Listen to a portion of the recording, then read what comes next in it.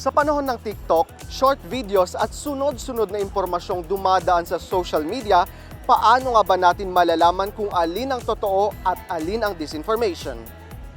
Dinayo ng grupong Team Pinas ang Far Eastern University sa Maynila. Ang kanilang misyon, labanan ng fake news at imulat ang kamalayan ng kabataan sa mahalagang isyung kinahaharap ng bansa, tulad ng agawan ng teritoryo sa West Philippine Sea at impeachment trial ni Vice President Sara Duterte. Tinawag nila itong Genzennial Tour, isang kampanya para sa katotohanan. Pero higit sa pagtalakay sa mga issue, binigyang diin din ng Team Pinas ang mahalagang papel ng kabataan sa paghubog ng opinyon ng publiko.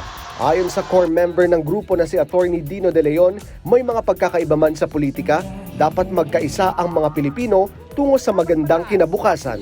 Tayo mga Gen Z and Millennials will be the most potent force 2028 and beyond. Ibig sabihin tayo na magkocontrol ng bansang ito. Hindi na tayo dapat magpaloko sa kanila. Kailangan natin ng pagbabago. It's all about reclaiming our future.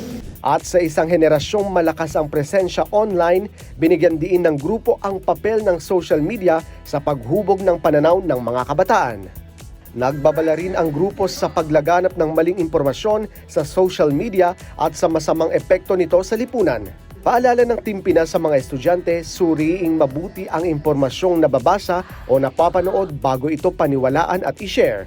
Pero time out muna sa seryosong usapan.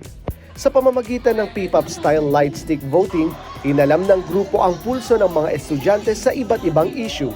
Patunay na may opinyon, may boses, at paninindigan ang kabataang Pinoy. Isang paalala na sa likod ng mga hashtag, post at viral videos, may isang henerasyong may sariling pananaw at may papel sa kung saan patungo ang bansa.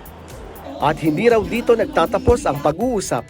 Inaasahang dadalhin ng Team Pinas ang Genzennial Tour sa iba pang mga pamantasan sa buong bansa sa mga susunod na linggo. Floyd Brenz para sa Bayan.